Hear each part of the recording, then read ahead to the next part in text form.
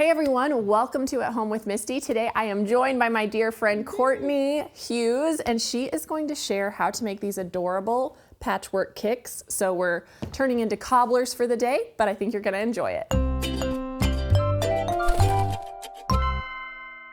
All right, Courtenay, I am so excited that you agreed to come and share these with me. I just think these are so adorable. So you're going to show us how to do it, right? I am, and I was very, I've seen them, but I had never done anything like that, and I was pleasantly surprised how easy they were. Oh, that's awesome. And so it comes in a kit, right? Yes. And it has everything we need besides fabric? Right. Everything you need. You don't need one more thing. You need a hammer. Oh, mostly everybody has one of those at home. So. That's good to know. And so the fabric that we chose for our little samples is called Quilting in Bloom, and it's by Lorelei from Pigs in a Blanket. And she is the sweetest little thing. She lives not too far from us. Right. And she designed this collection for Northcott. And so we are using this little 5-piece fat quarter bundle because you just need, what, a total of 3 fat quarters to make the project? Yes. Yep. Okay, perfect.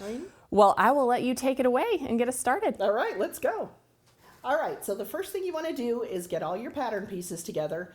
I want to recommend that you clip your pattern pieces to every piece you cut out. Okay. Even though you think they're going to look different, once you get them cut out, they kind of look similar. So I wrote all over everything. Okay. The first thing I did was I made a copy of the pattern from the kit, from the patterns, just because I don't like to cut up my original. Plus, I made a copy onto cardstock. Okay. Because we're going to draw around these, and it's a lot easier to guide your pen or your marking tool around a little bit of cardstock than when you have a something regular piece of paper. More rigid, that makes sense. Yes. So I did that, and then in the original pattern, it tells you that you can cut these out of, you'll cut all your pieces out of your top fabric, and then out of your lining, and then out of your bosal. Okay. I chose to... we chose, Misty wanted to use this fabric, so we quilted a big piece of fabric first. Yeah. Which was much easier. So in my first set of shoes, I cut out all the pattern pieces as indicated. I laid them on here. I've got the right side, the left side outside, the left sole inside, and the right sole outside. And then there's 2 different tongues, one for the left shoe and one for the right shoe. Oh, okay. They don't look really like they're a lot different, but... here I have my little quilt clips. Just to keep them straight. Yes. Okay. So when I draw around them, you don't need to worry about what you're using to mark it with, because they're either going to be, the edges are either going to be cut on, you're going to cover it with binding, or they're going to be against the shoe. Okay, so they'll get lost later. Yeah, so you can use a Sharpie if you have one. Like, don't worry about that. So in this case, once we got the pattern pieces cut out, in the first set of shoes, I folded the I brought the 2 pieces of quilted fabric together, and I sewed them together with a 1/4-inch seam just along this line, which left, I'm going to show you on a different piece of fabric, which we ended up with this seam in here. Okay. And that was all right, and then I top stitched, you can see very closely to the seam to make that lay flat. Right. And I don't think that's going to be an issue at all. It's nice and flat on the inside. Now, as all things, eventually things come to my brain in the weirdest places. And I thought, wait a minute, and so we don't have that seam. What if I have the right sole inside and the right sole outside?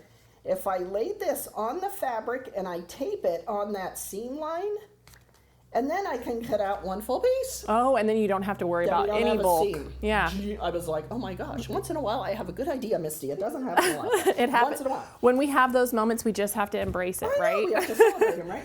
Usually you have to celebrate with another quilter because nobody else cares, but that's okay. Well, and I feel like we should reiterate, we figured out these hacks because we wanted to quilt this ahead of time. And so you can make this without quilting the fabric, right? That's totally possible, but we wanted that texture. So these are just some little hacks if you also want to do that. Yes. And the bosal is fusible on both sides. Okay. So your fabric's going to stick to it. Perfect. And there's not a whole lot of fabric in them, really. So, yes, it's not needed, but I love the texture. I do too. You know, we're suckers for that. The one thing that you want to keep in mind, and they tell you on your pattern piece, you'll notice that this has a line on it with arrows. If you are making these out of a directional fabric, you're going to want to watch that. So I found this cute little fabric, Halloween fabric, in my stash.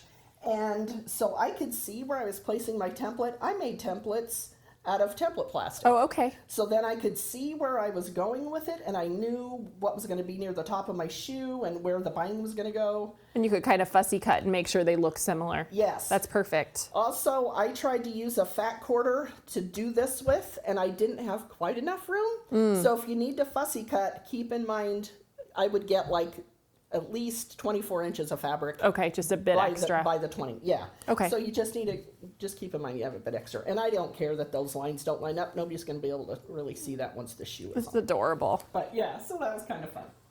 All right, so once we have our pattern pieces, here's our lovely little piece right there. Now we're ready for binding. All right. So you are going to bind this top side here, and you're going to start on the back, the lining side, and just go along your pieces, just like normal binding. Be careful going around the curves. And this is cut on the bias. That's what I was going to say. Sorry. No, it's okay. This is bias. Yep. Bias totally, 2.5 inches, and go all the way down, and then you'll end down at this end. And here we're gonna, then once you get your binding on, you're gonna fold it around the front side, and then you're gonna top stitch just right inside that fold. Just to secure it. And yes. As a reminder, if you've never made bias binding before, I know you have a tutorial for it on our YouTube channel. Natalie has one as well. So go check that out. It'll walk you through how to use that fat quarter and turn it into bias binding, which is what you need. Yep, and it's really slick and real easy. That's awesome. All right. So once we get our binding on, we're ready to add the grommets / eyelets. Okay, perfect. So let's clear all this off and we'll do that next. All right, let's go. All right, so now we are ready to make our holes for our eyelets. Okay. So included is this nifty little tool, and you want to put a mat down. If you have a good mat, I would flip it over to the other side. Don't put it on your good mat because it'll make a little divot in your mat. Okay. And to make sure, I left the pattern just like that. This will go through that, no problem. And I used my little clips to hold that in place while I'm doing it. So Misty, I'm going to have you and just lean down on there and turn it a little bit. Make sure I'm lined up. There you go. Ooh. Okay. Oh, it really does work. I know. Okay, wow. Isn't that cool? And then you can use the tip of your needle if we need to get that out of there. Oh, it's got a little cover on the top. And you can push it. Oh my gosh, how did I get this on? There we go. Okay, perfect. And you can push this down, and there's like a little hole in the side of it that'll come out on the there. Oh, I see. Yeah. Okay, perfect. So we will just push that through there, and then that will release the extra fabric. Yep. That's so cool. What I know. Fancy hole slick. punch. And it will, it says in the directions that you might get a part of your binding when you do the hole, and that's okay. It says you're supposed to. That's intentional. Okay, Yes. that's a good thing to point out. And it does cut up through with the binding. Okay, And I was like, seriously, isn't it? It really did. That's so cool. And I was surprised because I'm pretty weak. Yeah, I was going to say, it really doesn't take much effort. No. As much as I expected it to. It's pretty. Okay, and so we're just going to keep making our way across here, right? Yep. And so I think we will go ahead and finish punching all of these holes, and we will meet you back here when they're ready for the next step.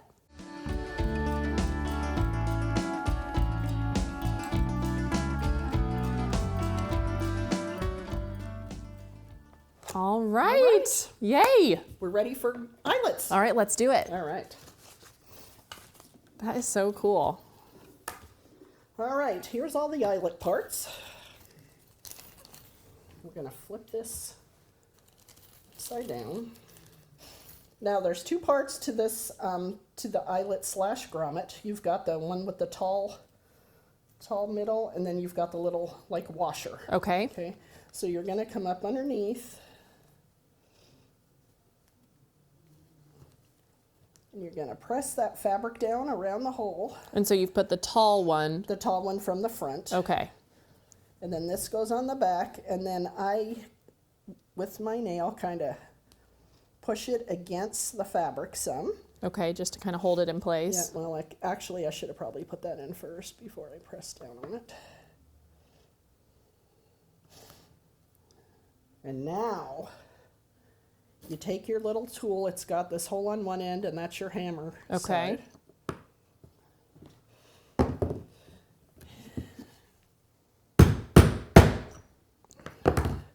And look at that. Oh, it's a good one. I was going to say, that's beautiful. Now, I will tell you that when I was doing these, some of these didn't come out that pretty. Okay.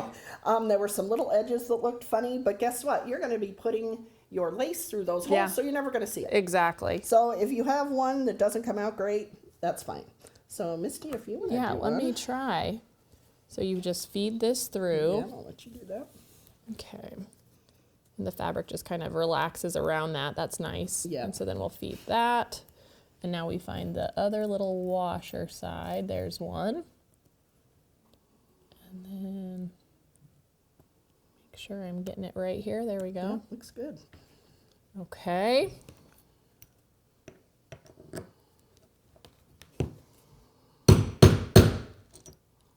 Hey, I think we did all right.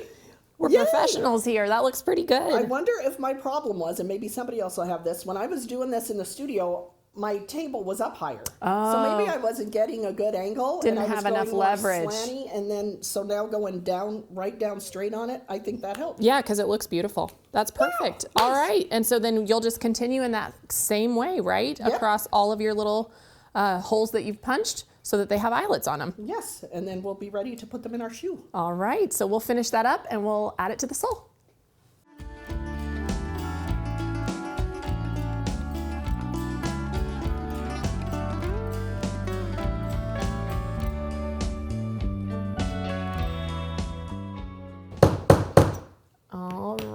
All right, those look great, Misty. Oh, it really turned out so good. I'm shocked. I don't know what I was expecting, but it looks so nice. I know. It took me 18 grommets to get a good one, so it did awesome. I think you just sent me all the good vibes. That might have been it. Okay, so now we're ready to put these in our shoe. Now, one of the hacks that I figured out when I was making these is how to get this to stay in the shoe while we're sewing it.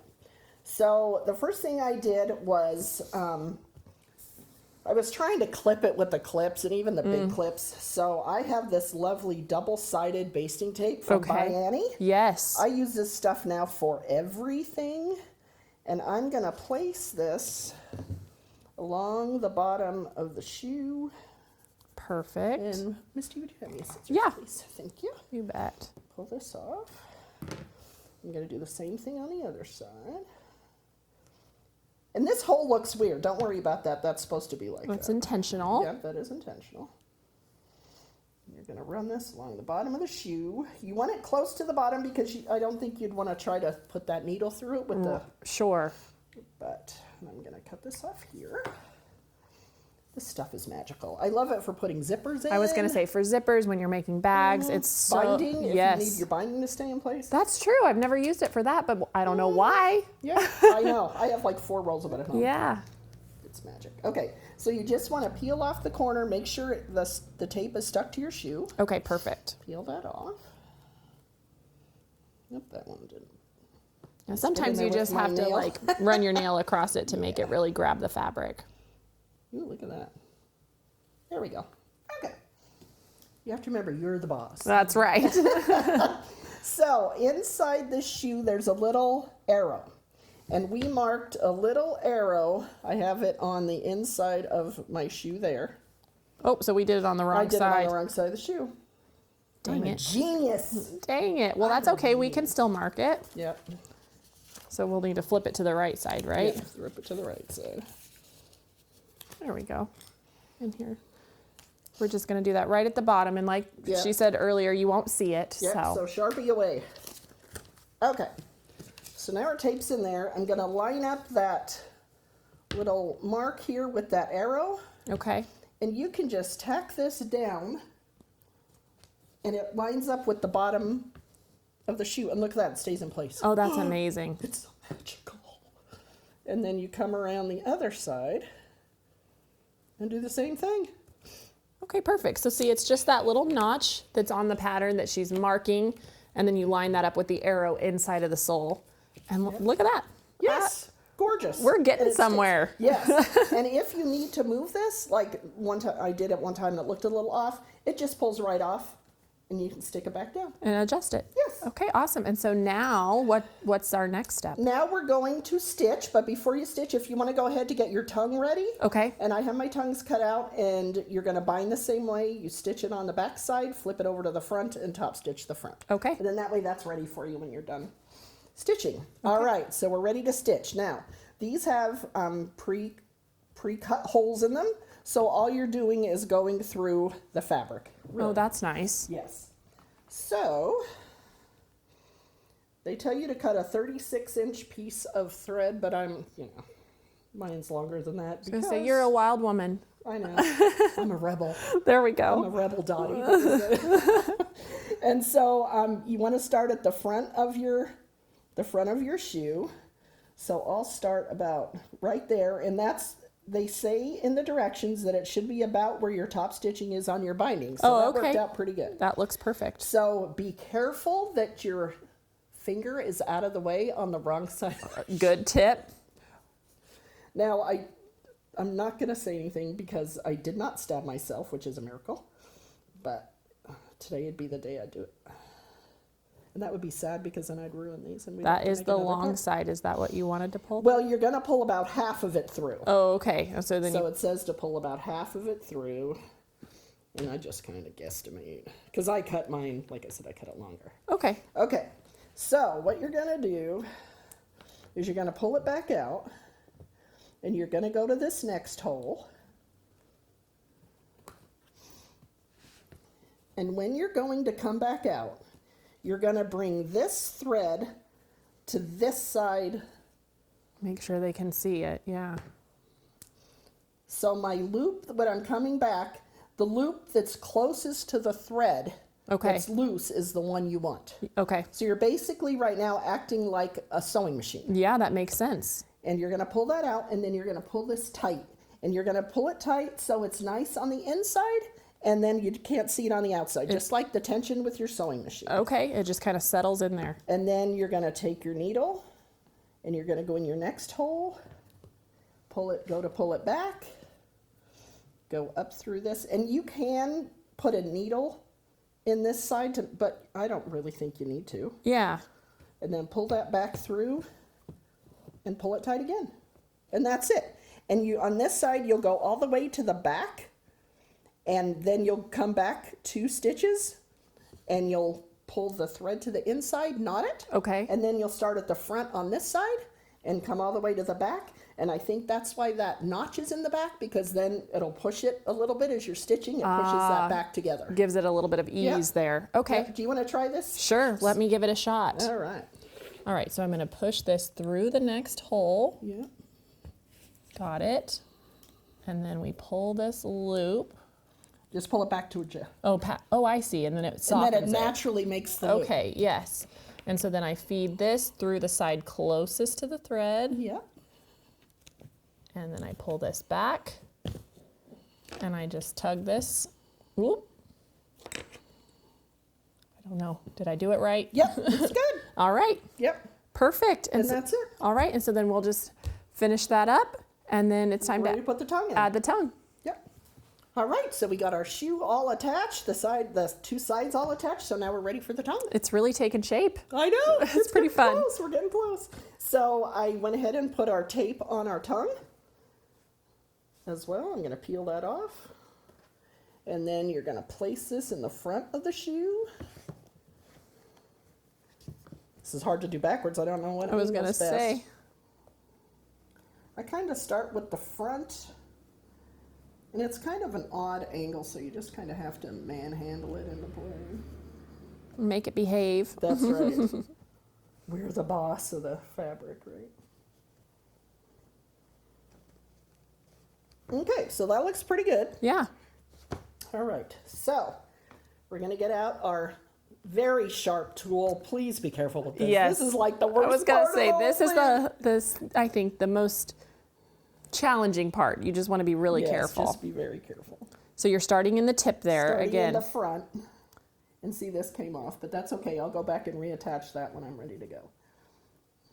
And I'm going to pull one of these sides in to start it.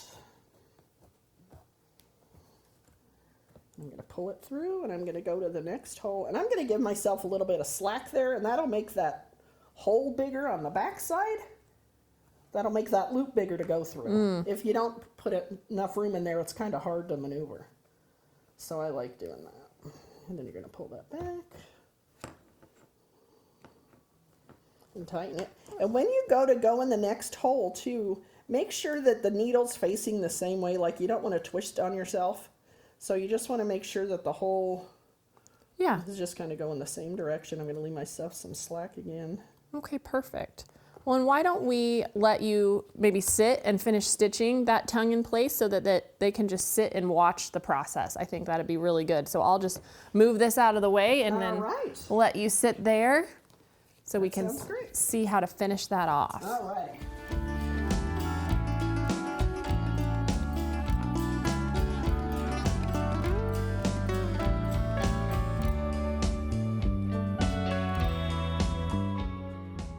Okay, so here's where we're going to start to go down.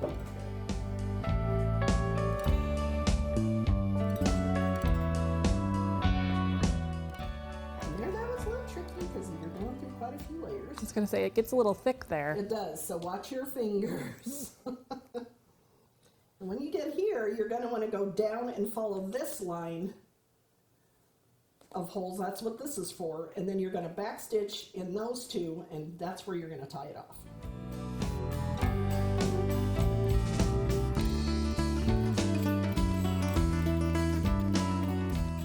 All right, so I just did this last hole on the bottom.